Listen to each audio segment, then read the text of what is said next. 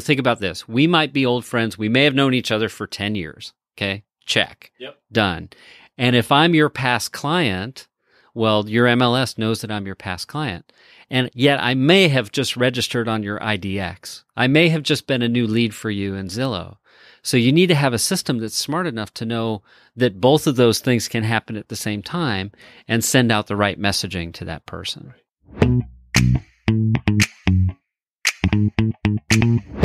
You're listening to the Real Estate Sessions. I'm your host, Bill Risser with Fidelity National Title, Tampa District. Thanks for tuning in as we uncover the stories of leaders in our industry. Hey, everybody. Welcome to episode 215 of the Real Estate Sessions podcast. I've been saying this a lot lately. This is somebody I should have had on my show a long time ago. So my apologies up front. You'll understand when you hear who the guest is today. I'm in Safety Harbor, Florida. I am at the headquarters, HQ, for HG, Happy Grasshopper. And I couldn't be more thrilled to interview the founder and CEO of Happy Grasshopper, Dan Stewart. Dan, welcome to the podcast. Oh, gosh. Thank you, Bill. Thank you so much. And welcome to HGHQ. Yeah, it's very cool here. I got the tour, got to meet a few of the people. One of your top salesmen, wasn't he here just recently? Yep. Ben, right? That's right. Ben Stewart? Ben Stewart. Imagine that. Yes. That's great. I love that. And we actually have one of our writers is named Ron Stewart. Ah. But no relation. No relation. No relation. We just happen to share these last names. All the cool kids are named Stewart. Not all of them. Okay. But, as many as possible. Okay. For sure. Look, Dan, you and I go back a long ways. I think, if I remember right, it was 2009 or 2010, Inman Connect in San Francisco. Startup Alley. So which one would that have been? 2010? That would have been 2010. 2010. Maybe 2011. Okay, maybe. It's you and Celeste at a booth, right. Yep. handing out the very first chocolate-covered crickets, right? Yeah. That was awesome. And then over the years, we've stayed connected through that Inman crew. We'll talk about that a little bit. But I want to ask you this question. For me, that seems like that was a long time ago, not like time has flown by. Yeah. How about for you with what you've accomplished lately? Oh, it feels like, at the same time, it feels like 10 minutes ago and several lifetimes ago. It's amazing to me because I can remember everything about that. I can remember seeing my friend Chris Smith up on stage thinking, wow, how did he get to be there? And then discovering that he's from Lakeland, Florida, where I used to live. And the thing about what we do is we build relationships with people. You do, I do, your audience does. Yep. It's the most important thing that we can do. And, to me, it's a gift and a treasure to have more people in my life, so anytime I get to meet people in an event like when we met, right. and here we are nearly a decade later, still connected. That's amazing. That's a solid win, right? Yeah, big time. I really was excited about the product then. It's come so far since 2011, right? When you really just kind of first launched the product. And we're going to talk a lot about that a little bit later in the show. But I want to start with your Florida roots. Yeah, because you're a native Floridian. And so I want to talk a little bit about that. What part of the state were you born in? I know you've lived around different spots. Oh, yeah. So let's travel around the state of Florida. I am a nearly native Floridian. Yeah. Nearly native Floridian. Okay, gotcha. Yeah, I was actually born in West Virginia. I lived there for 2 months. Okay. 2 formative months, Bill. And then we moved to Chicago, where I lived for 5 years. Okay. And then we moved to Florida. And my father was a civil engineer. He worked as a general contractor. So we followed the construction trade all over Florida. I had 14 schools before I graduated high school. Wow. We moved every 6 months to 2 years throughout my childhood. Like the longest I lived anywhere was those 5 years in Chicago. I wonder if that has a direct impact on how important relationships are to you. Yeah. I'm just thinking, yeah. You had to be a very good relationship builder. That's right. You had to be good at what you did early. So not only that, but I'm old AF, right? No, that's me. Nice try. I appreciate the effort. The point is, I was a kid before social media. We had to work hard to stay in touch with people. Oh, right? yeah, absolutely. I mean, it wasn't as easy as we've got it today. It usually was out front. Or over at the old lady's house that had the pomegranates that we would roll under the cars that drove by or something, right? That's where the connecting happened. Yeah. So what part, if you had to pick a city in Florida that felt like, maybe your high school years, or what was kind of that, what was that city? Because Well, I had 3 high schools. Wow. And, they all were at different formative places for me. I went to my freshman year was down at Lakewood High School in St. Petersburg. Okay. Yep. And that was a fantastic experience. Yeah. I loved going to school at Lakewood. That was great. And then we moved to Clearwater. I went to Pinellas Park High School there for a while, and that was also a great experience. And then we moved across the state to New Smyrna Beach, which is where I graduated from high school. And it was great over there. I mean, I love the west coast of Florida, right? Yeah. But you can't surf here. You need a hurricane to go surfing. Right. And you could go play with the sharks anytime you want in New Smyrna Beach. The waves are pretty consistent. I made my first trip over there about a month ago, and I think you caught a post and said, hey, I used to live there, and I'm actually over there now about once every 6 weeks, and I'm looking forward to that trip every single time. Yeah. I mean, I grew up in San Diego. Yep. There were waves. It was a real ocean. And so it's really cool over there. Yeah, love it. Let me ask you this. Sure. I've had conversations with you where first I was kind of shocked and surprised, but I mean, people that know that you play the piano or the guitar. The guitar. And you sing. People know that you maybe they don't know this part. Surfer, skateboarder, probably a snowboarder. Never snowboarded. Okay, I just guess you'd like to. Hellraiser. That's interesting. So let's talk to me about growing up in Florida and what it was like for you. Were you out there on a surfboard when you lived over in New Smyrna Beach? Well, we moved so much that I decided just to dive in. Like the first several moves, you get caught up in the fact that you're losing all your friends again. And, it's easy to recede into doing nothing. So a big part of my personality just wants to stay home and read. I could easily be a full-time introvert. Honestly, I could slide into that. And yet there's also a huge part of me that wants to get out there and mix it up. I love physical activity. So, I do things to stay active today. Mm-hmm. I discovered skateboarding in my childhood, and I did that really aggressively until I was about 38. And finally destroyed my knee, right? So, hold on one second. You were aggressively skateboarding into your late 30s. I was, yeah. Like pipes and bowls and that kind of stuff. Exactly, yeah. Big air, that kind of stuff. Not so much the big air at 38, but definitely the half pipes and the bowls in the parks, yeah. Wow. So today it's more of a every now and then I soul skate, and I feel like I'm about to kill myself if I try to do anything too aggressive. Okay, so no ollies, nothing funny. Oh, an ollie's fine. Oh, yeah, no. I'm not going to drop in on a 10-foot pipe. But to this day, if I asked you to, kind of grind against a park bench or something that was up there, you'd still be able to pull it off. Oh, well, I probably wouldn't try to do a grind onto a park bench. Okay. But I could power slide next to the park bench. That's awesome. So. I love it. We're finding out so much about Dan. This is great.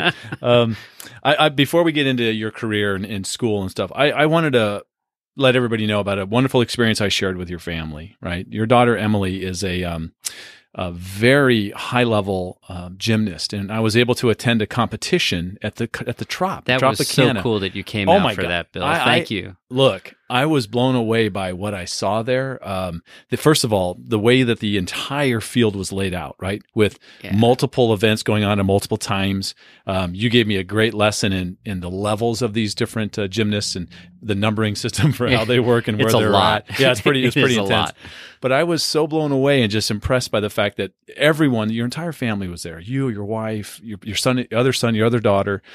They were there enjoying this, event with Emily. And I just wanted to say, I think that's super cool and super, just something that I would always think someone had a way to get out of it. Like one of those, maybe the other son or daughter had something going on. Yeah. But that's not the case. I don't think Emily will let anybody get away with that. Yeah. How old's Emily? She's 11. Okay. Yeah, she's 11 years old. And she's amazing. Like, as a parent, I think the thing you hope for is your kid will be really interested in something, and you can just support them in whatever that is. Yeah. So neither my wife or I were gymnasts. Like, that wasn't us. This is her thing that she loves. We don't have the experience, the ability, or even the interest to try to be her coach, right? We just need to be on the sidelines, loving her, supporting her from the stands. And it means so much that the rest of the family comes out for that. And, I can't thank you enough, Bill. It's so so cool that you took time out of your life to come share that with us. Well, like my wife has said it could be a Tiddlywinks event, and I'm going to go. I love sports, Yes, all you do. sports, and it was very impressive to watch what Emily does at the age of 11. And I'm sure this was a good 9 months ago, a while ago, that she's probably progressed since then. So she won the state championship since then. So that was pretty cool. That's awesome. That was cool. And she's progressing nicely. She's, hopes someday to represent the U.S. at the Olympic Games. Wow. We'll see. Yeah. Emily Stewart, no folks. pressure. Emily, no pressure. No, she won't. Don't let her listen to this episode. Someday, if I'm known as Emily's dad instead of Dan, that's totally fine. Totally cool. Totally fine. I love it. So you, when college rolls around, you go to USF. So you're back on this side of the state, right? So let's talk about what your plans were at USF. What were your, what was the long range goal as you're entering college? Oh gosh, yeah. I wish I was smart enough to have had a long range goal. I think a lot of people are blessed with an idea of what they're going to do. I was not that guy. I had so many interests. I might have been a software engineer. I might have been an actor, right? I could have gone in so many different directions, and I got lucky. I got offered some scholarship money to study the arts. So my first 2 years were funded by music scholarship, and my last 2 years by theater scholarship. I got to have so much fun in college, right? And you can't ask for anything better than that. Was there a plan to move off into that realm after school, or did you kind of always know that wasn't going to be a path? Yeah, I kind of always knew. Okay. I really did. And, I felt a little conflicted about that because if you knew me in fifth grade, I was the kid with the paper bag full of gum that he was selling for 10 cents a piece, right? Nice. Like I bought a bicycle selling gum at school. Wow. So I always had this little entrepreneurial side hustle aspect to my life. Right. And the idea of trying to pursue a creative career, like my idea was I want to pour myself into a business. I want to build something substantial. And then I'll look at retiring young, and then if I want to, I can pursue a creative, day-to-day purpose. And what I discovered, because I don't know if you know, Happy Grasshopper is actually my 7th company. Right. So I did that. I hit that goal, and there's just nothing better than being fully invested in something you believe in, day in and day out. And for me, it's really hard to make that like playing golf or going sailing. Those are fun things to do, but I think life is about more. It's about engaging and interacting, and wow, that feels really good to get to do every day. So what was the first gig for you out of school? I know we're going to talk about the entrepreneurial side of Dan Stewart and the companies you've started and sold and done things with, but let's talk about what's that first thing you did? Did you start a company right away? Oh, no, absolutely not. I didn't have the confidence, quite frankly, to start a company right out of college. And I didn't have the sense of what I might do. Like, the basic sense of how things work in business wasn't really embedded in me at that point. Even though I had been entrepreneurial since I was a kid, the idea of doing that for real, quote, for real, right, was a really intimidating thing to me then. So my first real job, not waiting tables, not bartending any longer, not all those little jobs I'd had, but I started my career selling Yellow Pages ads for GTE directories in St. Petersburg, Florida, right? Wow. And this is the mid-'90s, and the Yellow Pages still worked then. Like, if you did not have a great campaign in the Yellow Pages, your phone was not going to ring as a business owner. And that's where I got infected with the idea of becoming self-employed, because every day I'd go out and I'd meet with business owners, right? Every day I'd sit down with an entrepreneur and I'd hear about their goals and their challenges. And the first year I wasn't very good, right? The second, third years it got better.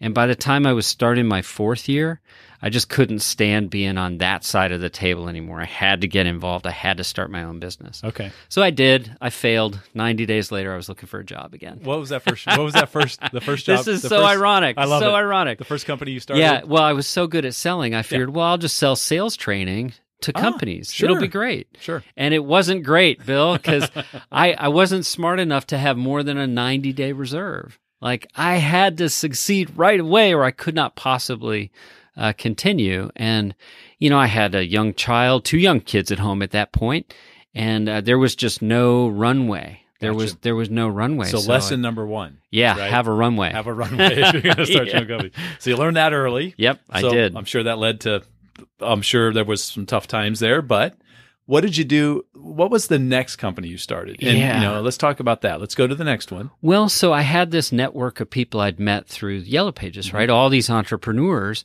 And, like I had been taught to do from the time I was a small kid, I kept in touch. So one of my clients who owned a construction firm down in Sarasota, he had all the trade skills, all the business acumen, had an MBA in finance, like everything I didn't have, that guy had. And I had the ability to get stuff sold. Okay. So I took a job for him, learning to sell construction projects and then to manage them.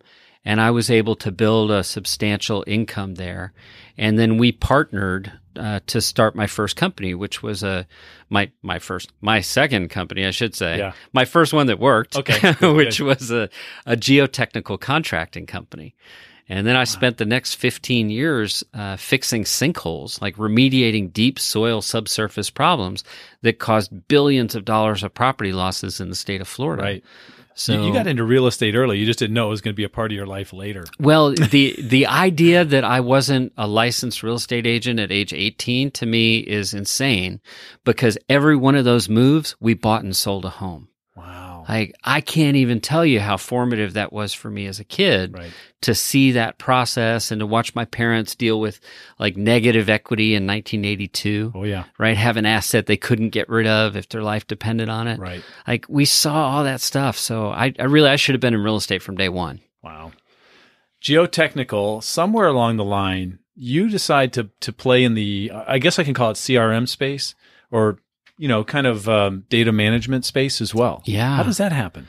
Well, so remember the comment about being in college and thinking I might go down the computer software side? Mm-hmm. My roommate, Bill Hines, and I, we had a bulletin board network running out of our apartment. Nice. And, so for you, like millennials, early internet. Explain what that is. It's internet with like stone and chisel. Oh, nice. Right? Good. Yeah. I like It's that. kind of what we were doing. Okay. And the whole point of these bulletin board networks was to trade cracked video games. So we had the Amiga system set up and we had like all this traffic. We were absolutely huge at that point in time. And, so the reason I bring this up is because you need to understand I'm a geek, right? I love technology. I've always been interested in it. Right. And at my geotechnical company, we started to need software that we couldn't find, right? So the way it started, like, think how simple this problem is. As a contractor, you have to enter one set of data in as many as 16 different permit applications to get a project to go through, right? Yeah. So if you make a mistake in that one of those data entry points, a permit that might take 6 months to get might take 12 or 18 months. Like, you just can't have that sort of problem. Right. So all I wanted when I started was a single point of entry for project contact data that would automatically spray that into every form that would complete the permit application project. Wow. So what we ended up with was that plus some rudimentary CRM things built on top of it. Okay. And then I thought, well, gosh, wouldn't it be great if I could tie some marketing into this? So we added an email marketing component, and then a scheduling component, and then a goals management component. Like, it grew and it grew and it grew. What year is this that we're talking about? We started building this in 2005, just for us, Gotcha. right? Mm-hmm. And about 2006, I was like, hey, Bill, look how cool this thing is. Let's keep going. Come look at this thing, right? Yeah. So I would share it with my friends, and they would say things like, yeah, it is cool. Can I use it? And I started thinking, ooh, I think we've got a business here. Right. So in 2007, that became a business. Okay. And then I sold that company in 2010. So we grew kind of quickly. We turned into a white label CRM solution for the franchise industry. So we supported people all over the world using our stuff that, bought it as part of a franchise. So it went out under their brand. Mm-hmm. And this is where I discovered the need for Happy Grasshopper, right? Because think about this. There are a million ways to send messages today. Like, Samsung makes a refrigerator that can text you and tell you you're out of milk. That's right. It's stupid easy to send a message today, and it's crazy hard to send a message that people will actually engage with, right? Yeah, absolutely. Well, the numbers bear that out. It's a challenge. Absolutely. It's a challenge. Yep. So the way that looked at our CRM company is we had all these members all over the world. 100% of whom had our service for one specific reason, sending messaging. Right. And only 18% of them ever sent a single message in the system. Wow. Right? So that's what kept me up at night. I would look at that data and I'd be sick. Like, what can I do to get these people to use this thing they're paying for? It really felt bad. Right. And that's when we discovered that the problem was they didn't know what to say. They didn't know how frequently to say it. Right. They didn't know who to say it to. And they didn't know for how long they needed to keep saying it. So the first iteration of Happy Grasshopper was just a simple market test. Like, will people even let us write stuff for them? Right. Let's find out. So I put up a landing page in like 20 minutes, and here we are almost 10 years later. Wow. It's crazy. So when we going back to that Inman Connect, right, Mm-hmm. in San Francisco, when you had this up and running, you'd already gone through the test phase, or were you still kind of in a part of that just to kind of see if this would work? What we were doing was validating the real estate space at that point. Gotcha. Yeah. So any good entrepreneur is always trying to shoot their child in the head, right? We're looking at this new business that we've just created, and we're trying to figure out why it shouldn't exist. Right. Like, you've got to look at it that way. Does this deserve to thrive? Does this deserve to get my time, my life, my blood, and my treasure invested in it? And so the first step was, will people let us write for them? The answer was yes. Okay. And then we noticed there's a real estate trainer in Texas named Chris Tapkin. Okay. And he would go from Austin to Houston to Dallas. That was his like 3 areas that he would go to. And every time he'd stop at a new place, we'd get like 40 new members. I was like, why are we getting 40 new real estate clients like every 2 weeks? What's going on here? So we tracked it back to Chris, and then we thought, hey, maybe the real estate vertical is worth focusing on. So that's when we met. Okay. That was us trying to figure out, is real estate a place we should focus? And then it was Ben Kinney who caused me to still be here 10 years later. I was going to say. Right? Yeah. Ben took it to a whole new place. He blew us up. It was him and Chad Hyams. Remember, they were doing IMSD, Internet Marketing Specialist designation, right? Sure do. So I get a call from Ben Kinney, and this is my Ben impression. So Ben, if you're listening, I'm sorry, right? He goes, "Hi, this is Ben Kinney," right? His voice is so deep, right? That's exactly right. And I'm like, "Oh, hi, how are you?" Because I have no clue who Ben Kinney is. Right. And he goes, "I'm using your stuff and I like it. Can I tell some people about it?" I'm like, sure. Yeah, absolutely. We're brand new. We need people to talk about us. Right. Absolutely. Right. And then, the call ended and I forgot all about it. And like 2-3 weeks later, Celeste is sitting across from me and she goes, "Dan, I think we're being hacked." And I'm like, "Why?" And she goes, "Look at the traffic. It's out of control." So we had something like 1,000 people visit our website all at the same time. And well over 100 people signed up just from his mention there. Wow. And, so going back in time, I owe Ben a car, like probably a house at this point. Yeah. And he won't even let me buy him coffee. I love that dude. That's good great. man. Yeah. I'm actually meeting with Michelle Herndon later. Oh, great. Part of Ben's team, right? Yeah, So I'll absolutely. be chatting with her next week. So Sweet. Let's get more into the details of Happy Grasshopper, right? Sure. So early on, and I like to say that I still have my original account. And thank you so much for grandfathering in the pricing. Yep. For the basic which is what I use it for. Mm-hmm. Every 3 weeks I craft an email.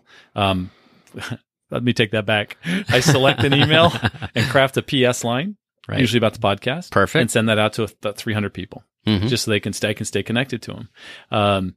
That tool, obviously, when you're going to continue to grow the company, you had to grow the offering. Mm-hmm. And so I remember it was HG Touch, and all of a sudden there was the opportunity for even a brokerage to be interviewed and to create very specific messaging. Right? Was that the first big leap that Happy Grasshopper took? Yeah, it was the first big leap. So when you started with us, we were still in validation stage. Right. So everyone got the same 3 messages to choose from once every 3 weeks. Right. And, pretty soon we started running into problems there. Like we get a call from someone saying, "Oh, I love that message. It works so well with my sphere, but I sent it to my leads and it doesn't work." And we go, "Well, yeah, of course. It's not a message you'd send to leads. Like, why would you think that would work?" Right. And it kind of created this recognition on our part that we could really provide a lot more value for people if we looked at more of their holistic messaging needs rather than just one specific little area. So it was about 2013 that we started offering custom content where members would now have an option of being interviewed by one of our professional writers. And then we could have all the lead response, the recruitment messages, the lead conversion messages, all those long-term nurturing campaigns be 100% custom written. And that's when things really blew up for us. Let's talk about copywriting. Sure. I think I'm a copywriting fanboy. I think All right. it is so difficult to do well. I think it's underappreciated, but it's the fact that somebody can write like a letter and send it out to a bunch of people and generate $1 million. That's Dan Kennedy and all those all the people, direct response guys. all those guys who did it for years and made it work. You're doing it now in this digital space. Talk about, first of all, how do you find these people? I know a few of them. Yeah, they're people that we know. I've known from the real estate space. But talk about the importance of that and how it's not for everybody. How's that? Yeah. Well, so you're saying it's not for everybody, and I'm saying to accomplish. Yeah, for sure. And I'm saying there's no such thing as one size fits all. Okay. Yeah. So let's just look at our space in the real estate world. Sure. Currently, we're nurturing about 16 million contacts for clients in real estate. Wow. Okay. We send hundreds of millions of messages per year. So we can slice and dice that data and we can say, here's what works, here's what doesn't work, right?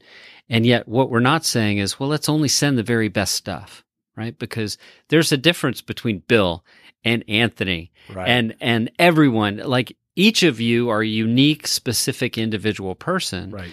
And if I'm your past client, I can tell that you're sending me marketing crap, right? Yes. I can tell. Yes, you can. Yeah, if I'm an existing client of yours, I know who you are, right? And so, we've gone through this relationship, this emotional journey of buying or the transaction process. Buying or selling a home is an emotional journey, right? So I know you. Yeah. And if I get content from you that makes me feel like my only value is as a marketing target, that's a massive fail in the relationship department. Sure is. You ever notice how the people who are most successful, they don't seem salesy. You're absolutely right. They're not. Yep. Yeah. Yep. They're there to help, to serve, to fix problems. Yep. I can throw out the Sean Carpenter thing, right? Solving problems and having fun is a big part of a successful realtor. Yeah. How much of his carp art has to do? I mean, come on, right? But it's something we're known for. We know him for, right? It's something he's consistently done over the years. Yep. Yeah. Yeah, that's cool. Let's talk about databases. Yeah. I've seen you speak multiple times. And generally, the center, the focus of that conversation is somebody's database and how valuable that is. Yeah. And we're off looking for new people. We're doing all these things to generate this traffic, this holy grail of leads, which I hate that word. I've come up with a new one. I call them opportunities for conversations. How's that? Is that okay? Yeah, it's a bit wordy, but I know work on it. Yeah, it works in a class. But thanks for the help. But let's talk about just how important that is. What every agent listening to this episode needs to know. Yeah. To take care of that. Well, so if you're listening, you're probably thinking, "Oh God, my database, yuck." And we get it, right? It's so easy for it to get out of control. And think of where your contacts are. They're in your phone, they're in your email, they're in your MLS, they're in this CRM and that CRM, they're in this lead source and that lead source. And if you have a team, well, that problem is multiplied by every agent that's on the team, right? So the first most critical thing that we have to do for our members is to bring a discipline of organization in that database. So we'll create a hypothetical agent here, and we'll say they've got top producer, right? They've got say KV Core, or Boomtown, or Commissions Inc., or Real Estate Webmasters, or Firepoint, right? There's something that's provided to this agent by their team or by their brokerage, right? So they have contacts there. Then they have contacts in their email, contacts in their MLS. It just goes and goes and goes. So first thing we've got to do is export from all those places into one central file. And then we need to deduplicate them, title case correct them, and then organize them for messaging.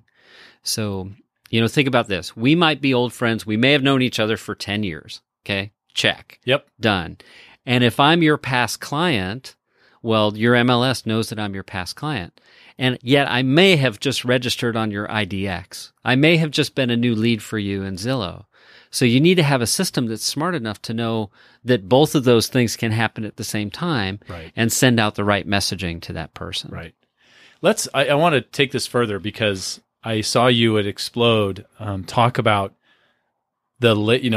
what Happy Grasshopper is today, because it is so different than the Happy Grasshopper I saw in 2011 at Inman Connect. So give me that.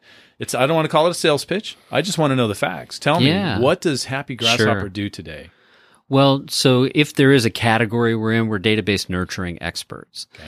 And we provide a tech platform and the managed services that go on top of that platform so that you just get the results that you're looking for. And people hire us for three things. They need help with lead conversion, they need help with recruitment, or they need help with their past clients and sphere of influence. So those are the three areas that we work within. And then, of course, we write and deliver a heck of a lot of email, right? We send text messaging. We send handwritten cards. We send voicemail drops. And I don't know when this will be heard, but we're nearly done with our Facebook Messenger integration. Wow. So, our whole purpose is to enable our members to have the conversations that lead to more contracts. And it's that simple. You want more contracts, you need to have more conversations. Right. The ability to put all that in one space in one place is awesome. Because that's all available piecemeal somewhere else, in some other place, kind of, but not with the same focus. I'm going to even use the word intensity as I sit here staring at you, how much you love what you're doing. Right. Yeah, exactly. I think that's just awesome. So you're working down this path. You had mentioned way earlier in the conversation that you want to get to the point where you can have that fun you want to have, where you can go off and have those experiences. Is this the last company for you? Is there going to be another one after this? Do you know? Oh, gosh, that's a fun question, right? So I know that I'm always going to need to be deeply invested in something I care about. Okay. Right? Absolutely. And, for more than 10 years, I've been really privileged to work here as a labor of love. Like, I love what I do, sincerely. Awesome. I love to travel the country. I love to help people. I love to be able to experiment and discover new ways to make big impacts. Like, that's all fascinating and wonderful. What I can say is we're not nearly done at Happy Grasshopper. Like, there's so much great stuff that's just ahead for us. So consider this, right? How crazy is this? Today, we know everything about the sender. We take the time to interview them. We know their market conditions. We know their personality type. We know how to sound exactly like them. And yet all that we know about the reader is the source that they came from, the time of day that they registered. So we might know some things about them, but big data is changing that, Bill. Right. Yeah. I mean, we're on the cusp of beginning to know almost as much about the recipient of the message as we know about the sender. So think how that changes things. That customization of the message gets even more sophisticated, right? Yeah. I mean, we have 2 patents that are pending right now for technology that we expect to dynamically change this environment. So this is a stay tuned kind of thing. Oh, gosh. Yeah. It's so exciting. It is so exciting. That's amazing. Dan, I've had you here the half hour. I've asked you your time, so I like to honor that. But I want to wrap it up with the same final question I've asked every guest on the podcast since Jay Thompson back in episode 1. And that is, if you could give one piece of advice to a new agent just getting started, what would it be? Oh, great question. Yeah. So I would say it's express sincere concern.